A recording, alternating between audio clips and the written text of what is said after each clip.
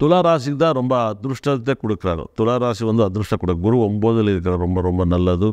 அதே மாதிரி அங்காரக்கன் கூட லக்னத்துக்கு வராரு, ரொம்ப நல்லது. 7 லக்னத்துக்கு வந்து கல்யாணம் ரொம்ப சக்ஸஸ் ஜாஸ்தியாகும்.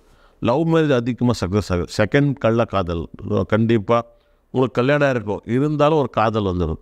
என் பொண்டாட்டி என் புருஷா அந்த மாதிரி 2 பேரும் வாழ்ந்துட்டு இருக்காரு. ஆனால் ஒரிஜினல் புருஷனுக்கு அது தெரியாது, ஒரிஜினல் பொண்டாட்டிக்கும் தெரியாது. இப்போ அவனுக்கு பொண்டாட்டிக்கு அவன் சொல்லுவான் நான் இல்லைண்ணா. இன்னொரு காதல் ஓடிட்டு இருக்கோம் அவங்களுக்கு. புது காதல் ஓடிட்டே இருக்கும் துளாராசிக்காரருக்கு. சுக்கிரன் தானே, காதல் நிறைய ஓடுவார்.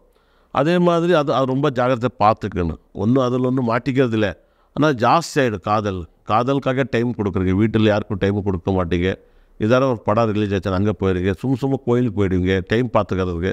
இல்லை காஃபி குடிக்கிறதுக்கு போகிறது. அவங்க சாப்பாடு என்ன பிடிக்கும் அந்த இடத்துல நிறைய போகிறீங்க. ஏன்னா லவ்ஸ் டைம் கொடுக்குறீங்க. துளாராசிக்காரருக்கு லவ்வுக்கு வந்து ஜாஸ்தி டைம் கொடுக்குறீங்க. இந்த வாட்டி பாருங்கள், 13ஆம் தேதி எல்லாருக்கும் கள்ளக்காதல் ஜாஸ்தி ஆகும்.